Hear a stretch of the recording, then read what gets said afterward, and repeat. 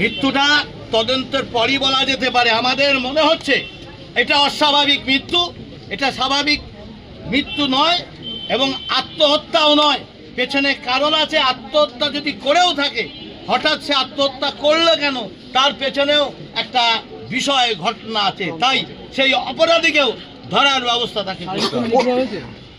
আমরা postmortem report পাইনি, সন্দেহ, কারণ তার যে প্যান্ট, জিন্সের প্যান্ট সাইডে খোলা পড়া ছিল, কেন এইভাবে পড়লো, এবং তার অন্তর্বাস শোনা যাচ্ছে যে তাকে পাশে পড়া রয়েছে এবং উলঙ্গ অবস্থায় ছিল। জনতা পরিবারকে অভিযোগ করেছে, পরিবার অভিযোগ অস্বাভাবিক মৃত্যু। তার পুলিশ ডেকে তারা স্বাভাবিক তার বাড়ি থেকে যেটুকু বেরিয়েছে সে সময় তথ্য দিয়ে তিনি তার বোনের হত্যার পেছনে কারণ আছে, অপরাধী ধরার জন্য স্বাভাবিক একটা এফআইআর করেছে। পরিবারের সাথে কথা বললেন আপনারা? পরিবারের সঙ্গে কথা বললাম।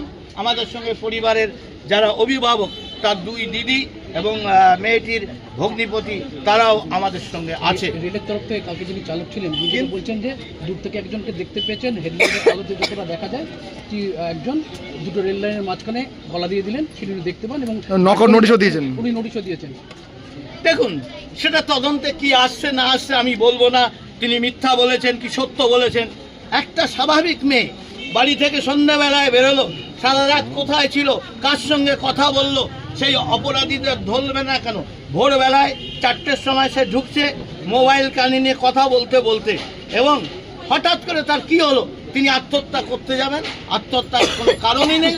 তাই আত্মহত্যা যদি করেও তার পেছনে কি কারণ, সেই অপরাধীকেও ধরে তার শাস্তি দিতে হবে। আরজি করে ডাক্তারদের নিরাপত্তা নেই।